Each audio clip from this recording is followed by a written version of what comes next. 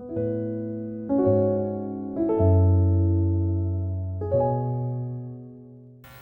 다 같이 경건한 마음으로 하나님 앞에 예배를 드리겠습니다.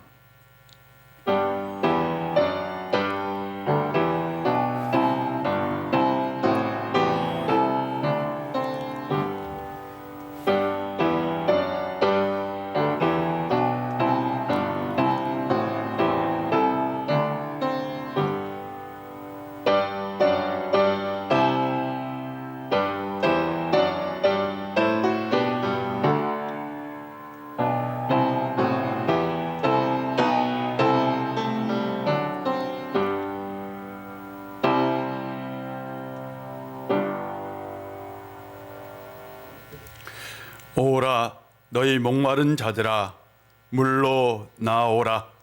돈 없는 자도 오라. 너희는 와서 사 먹되 돈 없이 값 없이 와서 포도주와 젖을 사라. 너희가 어찌하여 양식이 아닌 것을 위하여 은을 달아주며 배부르게 하지 못할 것을 위하여 수고하느냐. 내게 듣고 들을지어다. 그리하면 너희가 좋은 것을 먹을 것이며 너희 자신들이 기름진 것으로 즐거움을 얻으리라. 아멘.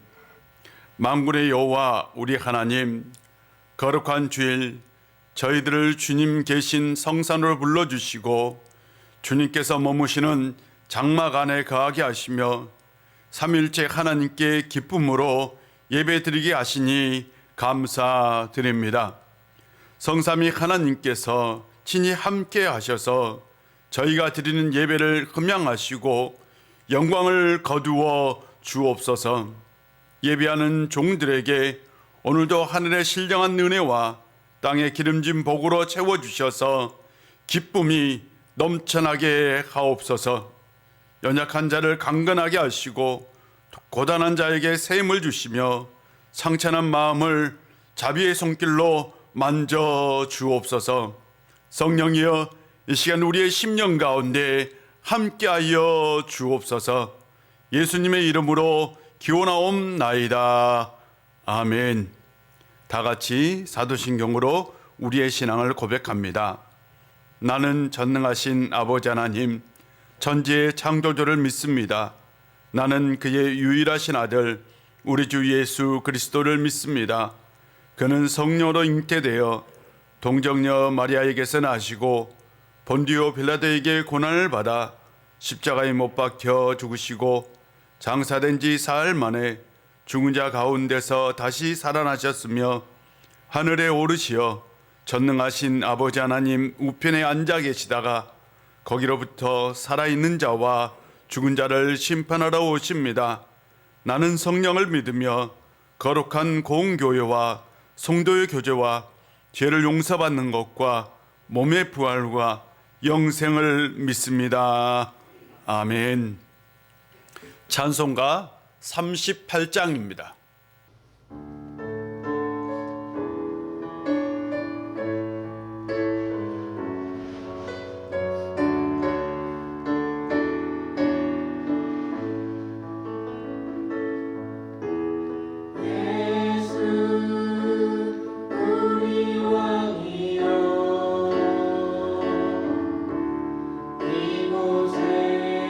오셔서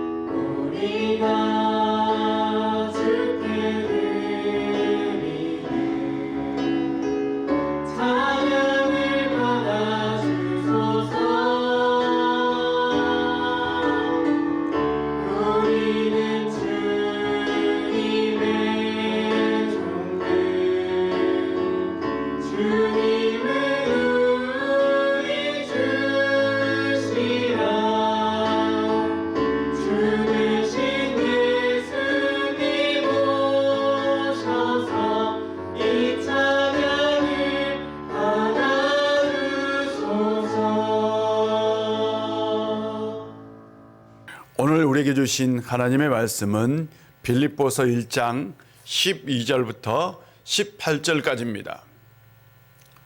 빌립보서 1장 12절부터 18절까지입니다.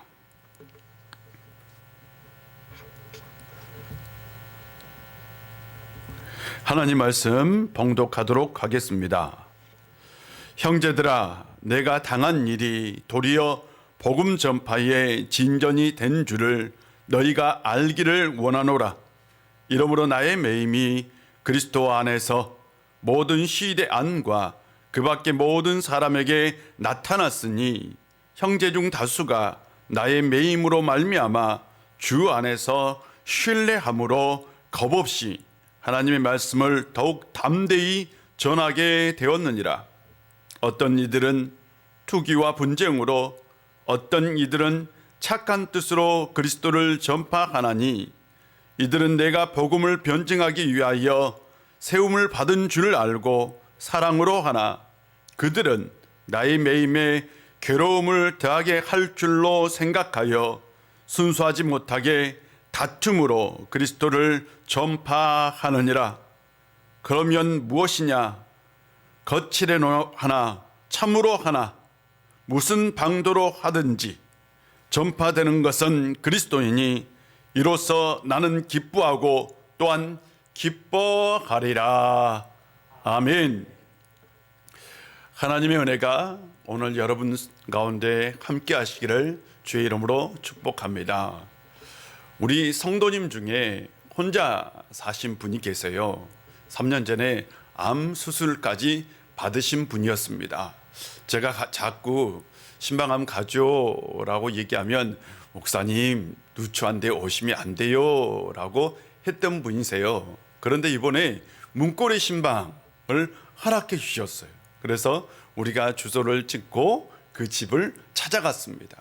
찾아가 보니 글쎄 오래된 집인데요, 리모델링을 깨끗하게 했더라고요. 그래서 집이 참 이쁘고 아주 이렇게 리모델링을 아주 잘한 집이었습니다. 그 집에 바로 지하에 반지하죠. 반지하에 새들어 살고 있었습니다. 막 들어오라고 하는 거예요. 들어가지는 않고 방역 때문에 들어가지 못한다라고 얘기를 하고 교회에서 준비한 선물을 드리고 같이 축복 기도를 했습니다. 그런데 마음이 참 좋았어요. 제가 물었어요. 집은 좀 어때요? 라고 얘기했더니 참 좋대요. 방도 따뜻하고, 그리고 이사를 한 지 얼마 안 됐는데 너무나 좋다고 얘기를 했어요. 실은 좀 걱정이 되었어요.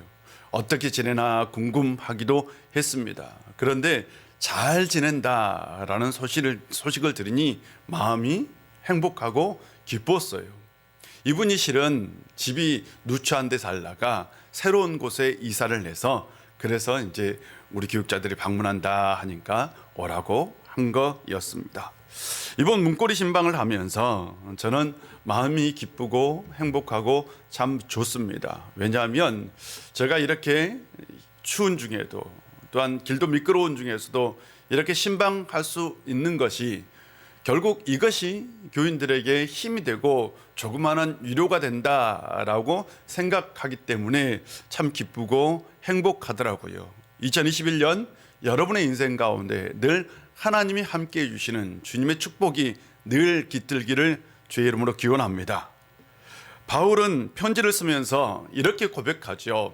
나는 기뻐하고 또한 기뻐하리라 라고 얘기합니다. 앞에 기쁘다라는 것은 현재의 내가 매우 기쁘다라는 것이고, 뒤에서 기쁘다라는 것은 미래형을 썼어요. 그래서 미래에도 계속해서 기뻐할 것이다 라는 얘기를 합니다. 그는 자신에게 영원히 지속되는 기쁨이 있다라고 표현하고 있습니다. 우리가 기쁠 때에 행복하다라고 얘기를 하죠. 그래서 기쁨은 행복도 주고 삶의 만족도 줍니다. 그러므로 우리는 어떤 삶 가운데 있든지 기뻐하며 살아야 하는 거죠. 그래서 성경은 우리에게 항상 기뻐하라 라고 얘기하기도 합니다. 바울은 지속적인 기쁨이 있다라고 표현을 했어요. 바울이 지속적인 기쁨을 누릴 수 있는 환경은 결코 아닙니다.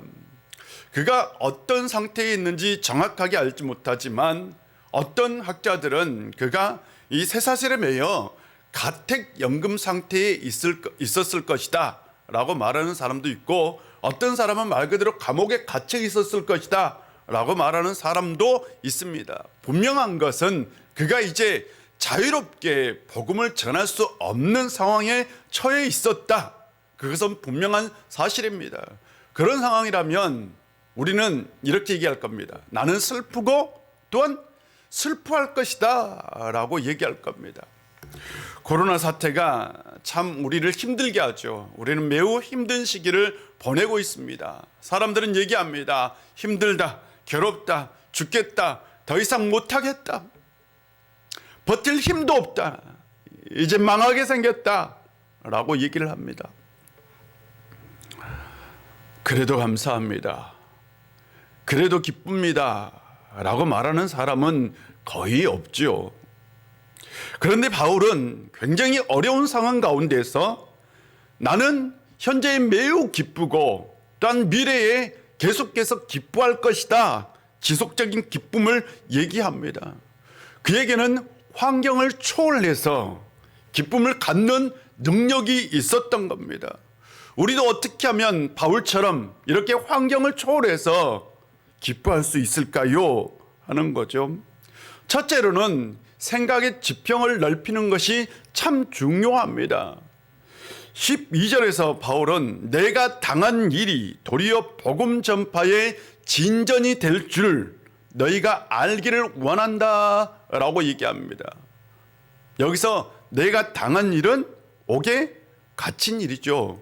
바울은 자신이 옥에 갇힌 일이 복음 전파의 진전이 된다 라고 얘기를 했어요. 그리고 이렇게 얘기합니다. 나의 매임이 그리스도 안에서 모든 시대 안과 그 밖의 모든 사람에게 나타났으며 주 안에 있는 형제자매 중에서 많은 사람들이 나의 매임으로 말미암아 주 안에서 신뢰함으로 겁없이 하나님의 말씀을 더욱 담대히 전하게 되었으니 나는 기쁘고 또한 기뻐할 것이다 라고 얘기하고 있는 거죠. 바울은 지금 자신의 삶, 그것이 자신의 삶을 바라보면서 자신의 매임이 두 가지 유익이 있다라고 얘기하고 있는 거죠. 첫째로는 자신의 매임을 통해서 감옥 안에 있는 모든 사람들에게 복음이 드러났다라는 얘기죠. 바울이 죄가 있어서 감옥에 갇힌 건 아니고 예수님 때문에, 복음 때문에 감옥에 갇힌 거죠. 틀림없이 간수들은 이렇게 얘기했을 겁니다. 아니, 저 사람 왜 잡혀왔어요? 아, 저 사람 예수라는 사람 때문에 잡혀왔다네. 아니, 그 예수라는 사람이 누군데요? 아, 저 사람 얘기하면 그 예수라는 사람이 세상을 구원하는 메시아라고 하는군. 그래서 예수님이 메시아라는 그 얘기가 바울을 통해서 감옥 안에 모든 사람들에게 다 증거가 되었다. 그러니까 자신의 매임이 사람들에게 바로 간접적인 복음 전파가 되었다. 그래서 나는 기쁘다라는 얘기를 하죠. 두 번째로 자신의 매임이 믿음의 형제들에게 복음을 전할 수 있는, 그것도 겁없이 담대히 복음을 전할 수 있는 용기를 주었다라는 거죠. 믿음의 형제들이 생각하기를 아니 대사도도 복음을 전하다가 그렇잖아요. 감옥에 갇히게 되었는데 우리는 가만히 있을 수 있겠느냐. 그리고 그들은 담대하게 겁없이 세상을 향해 복음을 전하게 되었으니 바울이 나는 그것을 생각하면 기쁘고 또한 기뻐하리라 라고 얘기합니다. 바울은 자신의 갇힘을 부정적 시각으로 본 것이 아니라 매우 긍정적 시각으로 보았던 것입니다. 그는 보다 더 유한한 사고, 넓은 생각을 가지고 자신의 삶을 보고 있었던 것입니다. 우리가 사도행전을 읽으면서 바울에 대한 오해를 하기도 합니다. 바울이 좀 생각이 좁은 사람이다 라는 오해를 할 수도 있습니다. 사도행전 15장을 보면 이 바울과 바나바가 원래 1차 전도 여행 때는 같이 동역을 했는데 2차 전도 여행을 하면서 둘 사이에 균열이 생기고 결국 나눠지게 됩니다. 1차 전도 여행을 끝내고 바울이 바나바에게 우리가 1차 전도 여행을 했던 그 사람들을 우리가 좀 돌아봅시다 라고 얘기를 해요. 2차 전도 여행을 하자라는 얘기를 한 거죠. 그때 바나바가 제안을 합니다. 우리가 마가를 데리고 갑시다 라고 얘기합니다. 이 마가는 부잣집 아들이에요. 그런데 1차 전도 여행을 하다가 그만 포기를 합니다. 그래서 돌아가 버려요. 바울이 이 사건을 기억하면서 바울은 마가는 안 된다. 마가는 절대 안 된다. 이 마가는 마가복음을 기록한 저자입니다. 나중에 마가는 안 된다. 돌아갈 수 없다. 바울은 데리고 가자. 그래서 둘 사이에 다툼이 성경에는 심하게 다투었다라고, 굉장히 심하게 다투었다. 바울은 안 된다. 바나바는 그래도 데리고 가자. 우리는 바울을 보면서 자기 주장이 강한 사람, 생각이 굉장히 좁은 사람, 포용력도 좁은 사람으로 이해를 하기도 합니다. 그런데 로마서 16장을 보면 그가 일 중심적인 사람이 아니라 사람 중심적인 사람이라는 것을 알 수 있습니다. 그 주위에서 수많은 사람들이 그를 도와주었고 그는 자신에게 도와주었던 그 사람들을 늘 챙겼던 거예요. 안부도 전하고 챙겼던 사람입니다. 나중에는 디모데에게 마가를 좀 감옥에 데리고 오라 라고 서신까지 보내기도 합니다. 그는 생각보다 사고의 폭이, 생각이 유연성을 가지고 살았던 사람입니다. 자신의 가침이 오히려 복음 전파의 진전이 된다라는 생각을 가졌던 사람이죠. 우리는 사고의 지평을 넓힐 필요가 있습니다. 믿음이란 내 생각의 지평, 사고의 지평을 넓히는 거죠. 믿음의 사람은 세상을 바라볼 때 좀 더 넓은 시각을 가지고 바라봐야 하는 거죠. 간디는 생각이 말을 만들고요. 말의 행동을 만들고, 행동이 습관을 만들고, 습관이 가치관을 만들고, 이 가치관이 운명이 된다 라고 얘기를 했어요. 사람이 말을 하는 것을 보면 그 사람이 어떤 생각을 가지고 있는지를 알 수 있어요. 그 사람의 삶의 모습을 보면 그가 인생에 어떤 가치관, 어떤 인생 철학을 가지고 있는지 알 수 있습니다. 근데 그것이 그 사람의 운명이 된다라는 얘기죠. 결국은 생각의 방향이 인생의 방향이 된다. 그러므로 우리가 어떤 생각을 가지느냐, 우리가 얼마나 우리의 생각을 넓히느냐, 생각의 질평, 사고의 질평을 넓히느냐, 이런 것이 매우 중요하다라는 거죠. 저는 이 개인적으로 코로나 사태가 한국 교회를 깨울 수 있는 절호의 기회다라고 생각합니다. 한국 교회는 지나치게 물질주의, 세속주의 영향 아래서 복음의 능력을 상실했습니다. 코로나 사태로 교회들은 여전히 교인들의 숫자가 줄어들까 봐 전전긍긍하고 있는 건 사실입니다. 아마 줄어들 겁니다. 그러나 교회는 교인의 숫자나 헌금이 전부는 아닙니다. 물론 중요하죠. 그러나 이것이 복음의 본질도 아니고 교회의 본질도 아닙니다. 교회는 지금까지 지나치게 또한 건물 위주로 성장한 것이 사실입니다. 그런데 교회는 건물이 아닙니다. 교회는 복음이 살아있는 유기적 공동체입니다. 초대교회는 큰 건물, 화려한 성전을 추구하지 않았습니다. 초대교회의 생명은 오직 복음 전파에 있었습니다. 복음은 사람과 사람 사이에 생명의 역사를 만드는 것이죠. 복음은 죽어가는 사람들의 영혼을 살리고 사람들로 하여금 천국을 바라보며 살게 하는 겁니다.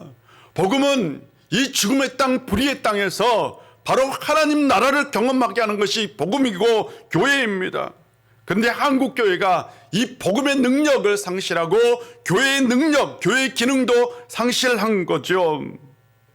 아프지만 썩어 문드러진 건 이번 기회에 도려내야 합니다. 코로나 위기가 한국을 교회를 새롭게 할 수 있는 기회가 될 수 있는 거죠. 위기를 기회로 만들기 위해서는 생각의 전환, 사고의 지평이 좀 더 넓어져야 합니다. 기존의 생각이나 사고를 가지고는 절대 새로운 시대를 열 수 없는 거죠. 목사도 생각을 바꿔야 되고, 장로님들도 생각을 바꿔야 되고, 교인들도 생각을 바꿔야 합니다. 코로나 위기가 교회를 새롭게 할 수 있는 기회라는 생각을 우리는 가져야 합니다. 저는 우리 우일교회가 이런 생각을 가지고 새로운 한국교회, 이 한국교회의 새로운 모델이 되는 교회가 되기를 소망하고 기도하고 있습니다. 우일교회가 그런 교회가 되었으면 좋겠어요.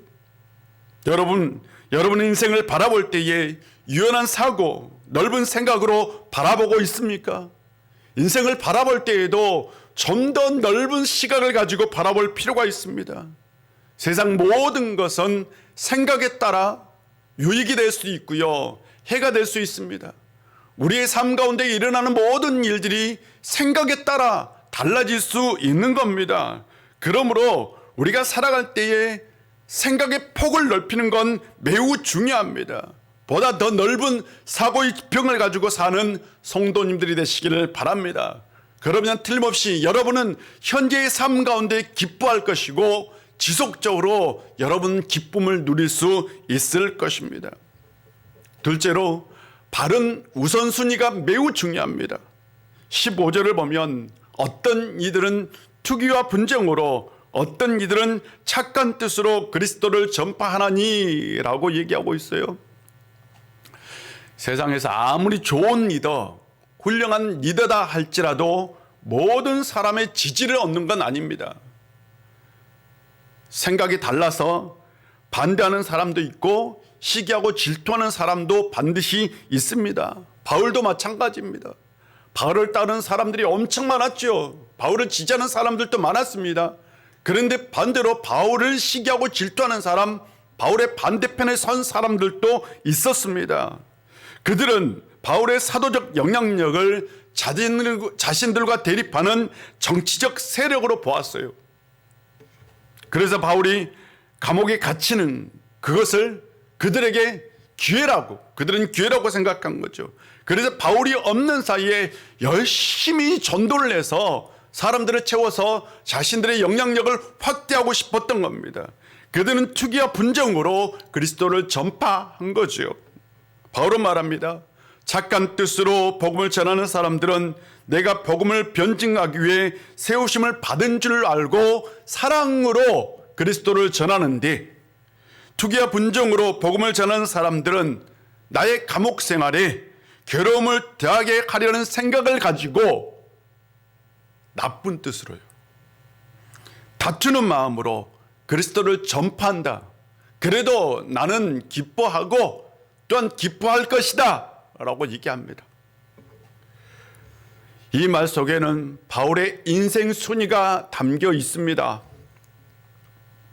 복음을 전하는 것과 복음이 전파되는 건 분명한 차이가 있습니다. 바울의 인생의 우선순위는 자신이 복음을 전하는 것일까요? 아니면 어떻게 해서든지 복음이 전파되는 것일까요? 바울은 복음을 전하기 위해서요, 이방인들의 사도가 되어서 1차, 2차, 3차 전도여행을 했습니다. 이 전도여행을 하면서 수많은 죽을 고비를 넘겼습니다. 고린도 후서 11장에 나와 있어요. 그가 얼마나 고생을 했는지. 그는 옥에 갇히기도 하고 매를 맞기도 하고 잠도 못 자고요, 파산의 위험도 있었고 수많은 고난과 고통, 자지도 못하고 줄이고 굶고 배고프고 헐벗었다라고 고백합니다. 그는 이방인의 사도로 실은 목숨을 걸고요, 죽을 것을 각오하고 복음을 전했던 사람입니다.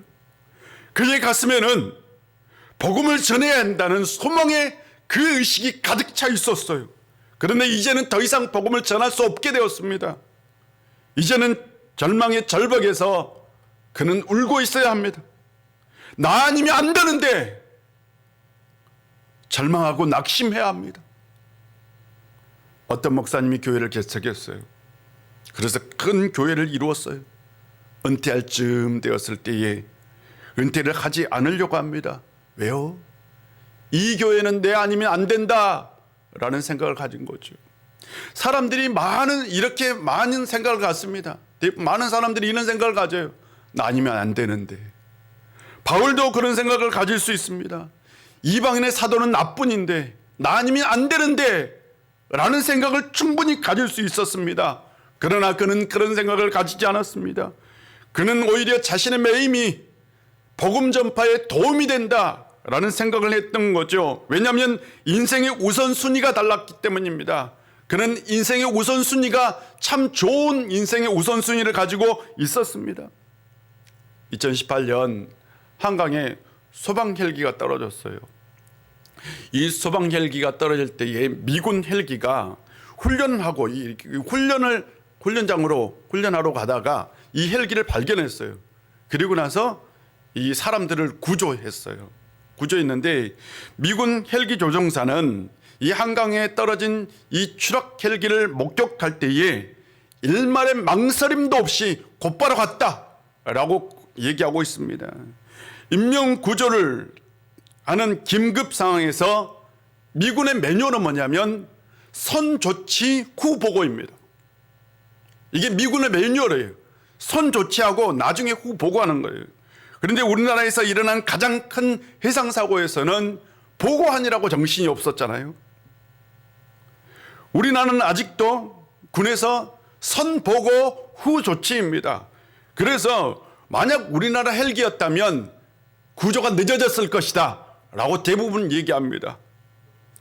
군인에게 있어서 인명구조는 그 어떤 것보다 우선순위인 거죠.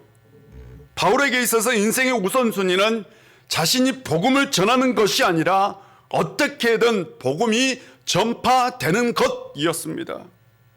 그는 바른 우선순위를 가지고 있었기 때문에 자신의 사역보다 복음이 전파되는 것이 더 우선이었기 때문에 자신이 감옥에 갇혀 있어도요, 복음을 전파하지 못하는 상황이 되어도 그는 기쁘고 기뻐할 수 있었던 겁니다.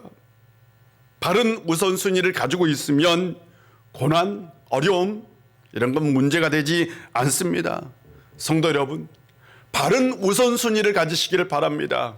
이 바른 우선순위가 있다면 이 코로나 사태에서도 우리는 이것을 잘 슬기롭게 대처할 수 있고 또한 기쁘고 즐거워할 수 있습니다. 이것을 누릴 수 있는 성도님들이 되시기를 주의 이름으로 축복합니다. 세 번째로 우리에게 중요한 것은 예수 그리스도를 인생의 해석 틀로 삼는 것입니다.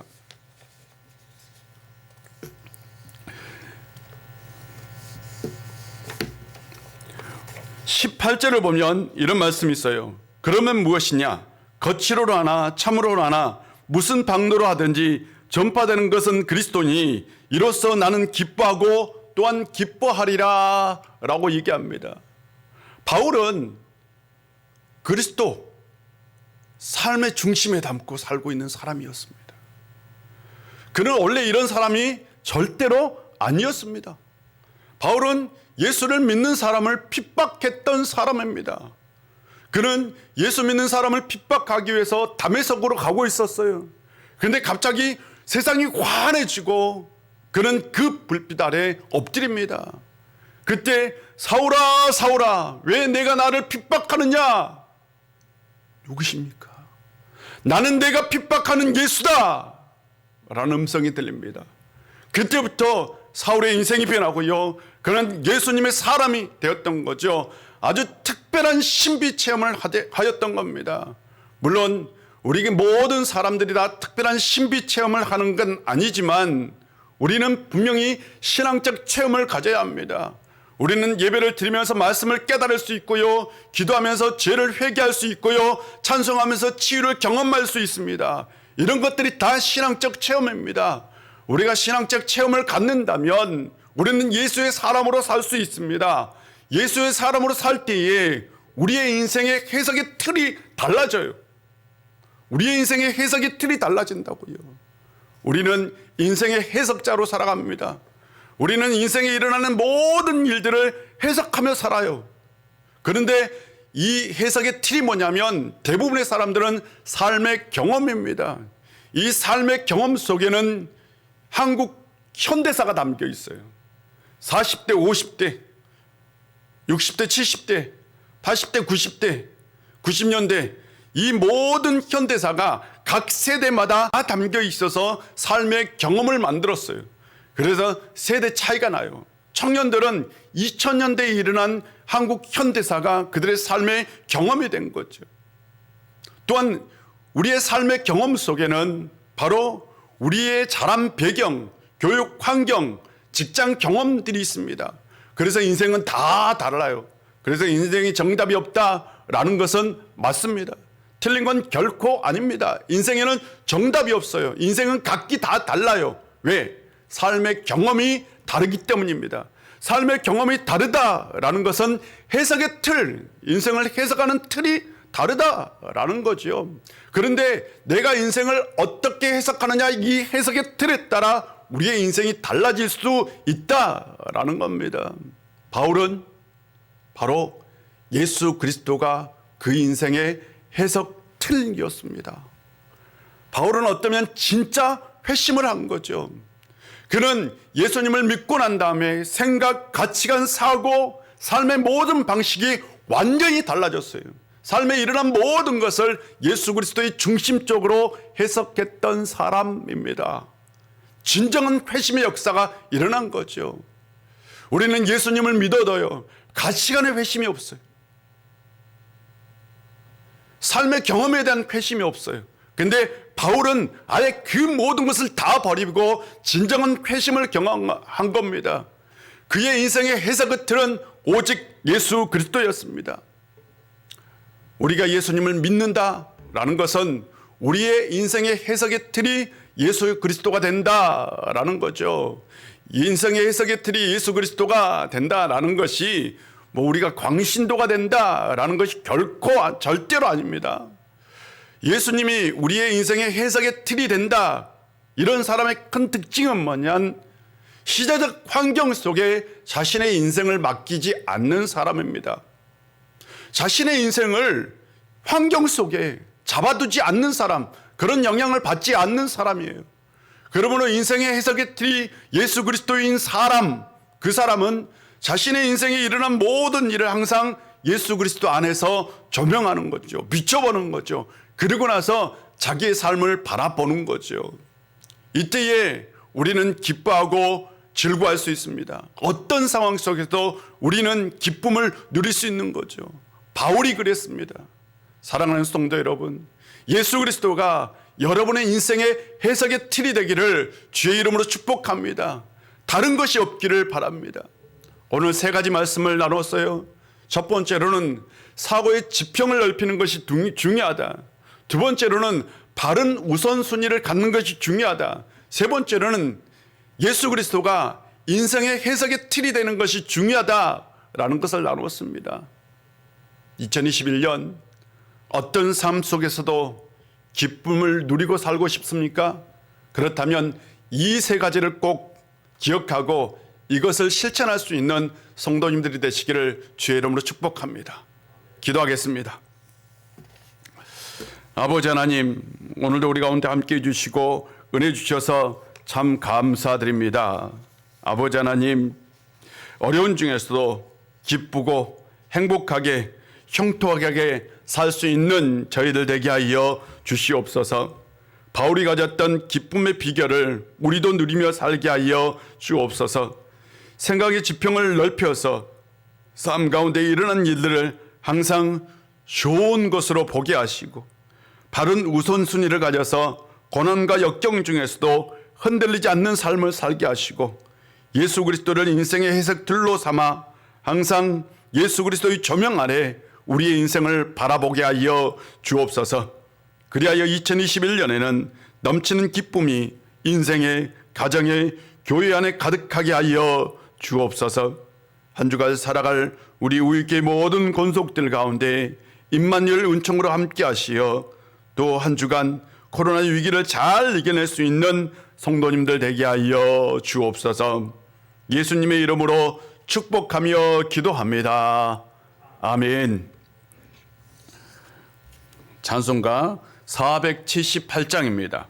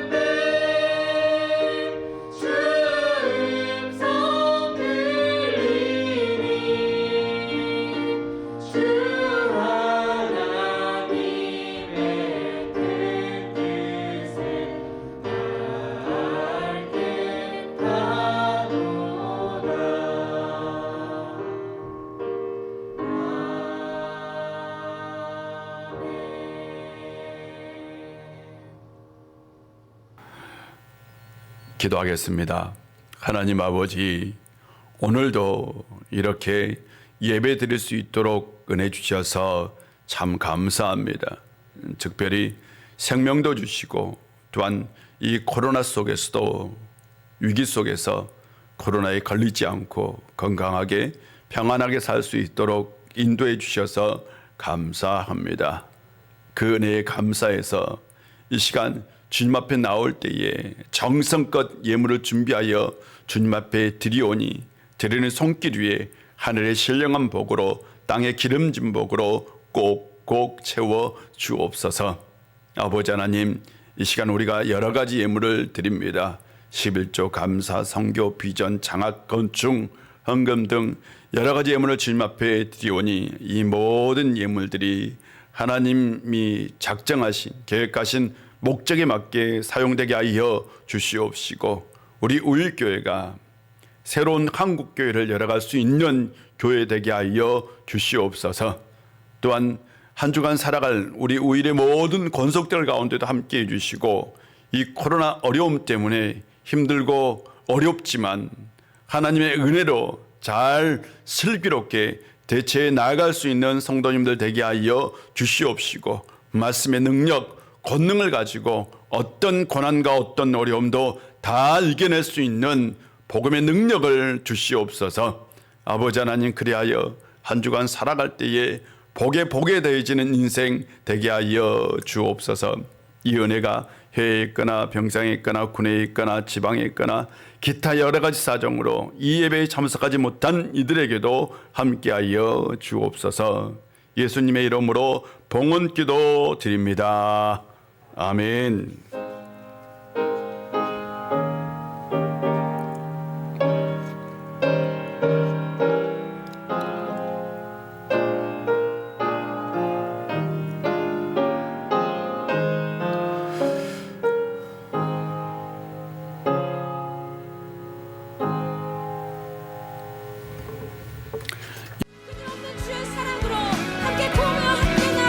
주시옵소서.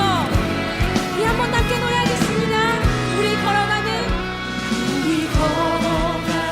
이 길 결코 정박는 길은 아니야. 수천 년 동안 온 땅 곳곳에서 주님 나를 본 적 있으니 우리 걸어가는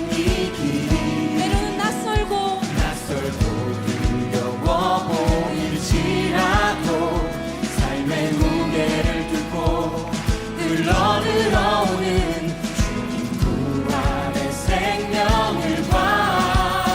우리 함께 손잡고 가세. 조금 느리고 어려울지라도 주님 부르신 그 감격 손잡고 함께 가세. 잡고 가세.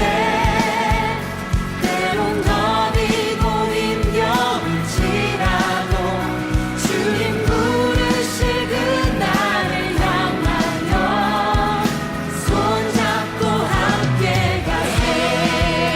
아멘. 다시 한번 함께 고백하겠습니다. 우리 걸어가는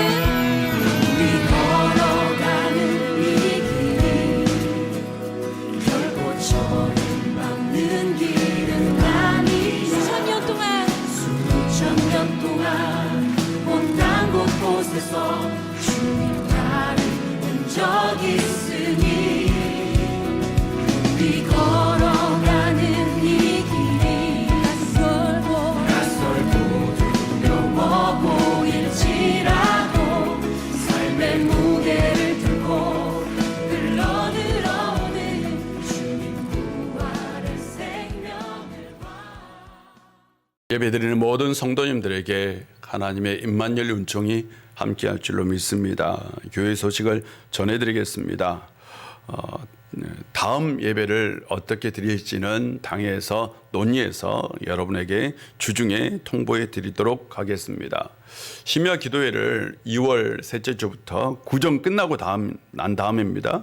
우리가 하려고 합니다. 근데 간증과 함께하는 심야 기도회입니다. 그래서 여러분들에게 교육자들이 부탁을 드리면 꼭 협력 부탁드립니다.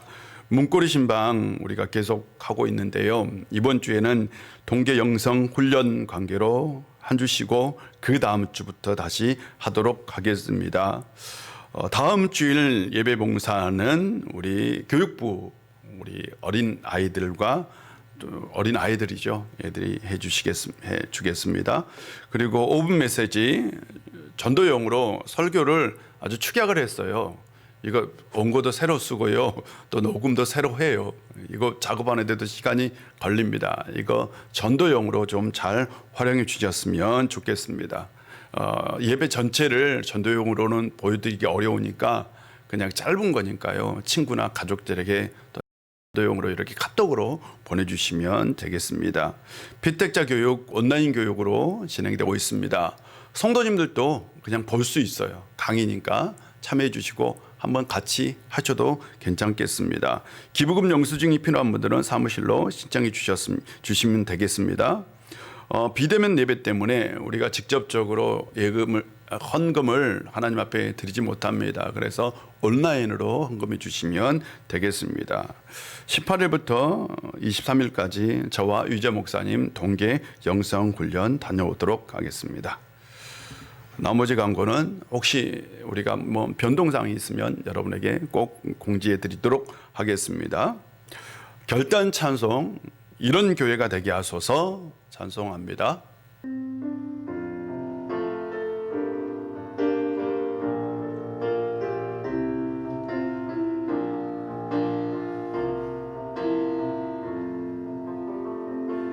진정한 예배가 숨쉬는 교회 주님이 주인 되시는 교회 믿음의 기도가 쌓이는 교회 최고의 찬양을 드리는 교회 말씀이 살아 움직이는 교회 성도의 사랑이 넘치는 교회 섬김과 헌신이 기쁨이 되어 열매 맺는 아름다운 교회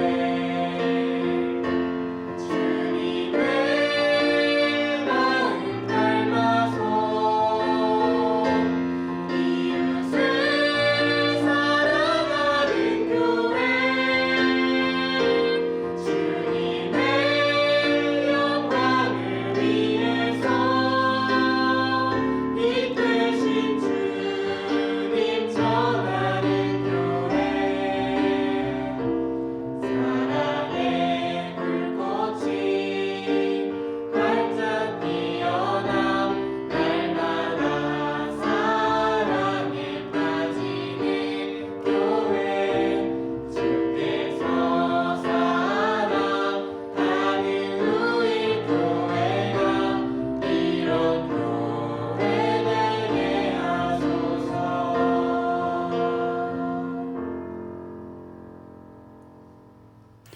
십자가의 은총으로 우리에게 영원한 생명을 주신 우리 구주 예수 그리스도의 놀라우신 은혜와 우리 아버지 하나님의 크신 사랑과 성령님의 교통하시고 함께하심의 역사가 예수님을 인생의 틀로 삼고 바른 인생의 순위를 갖고 사고의 지평을 넓혀서 인생을 바로 바라보며 기쁘고 행복을 누리며 살기를 원하는 우리 우일의 모든 권속들과 그들의 삶의 터전과 이 나라와 이 민족 위에 이제부터 영원히 함께 하시기를 간절히 축원하옵나이다.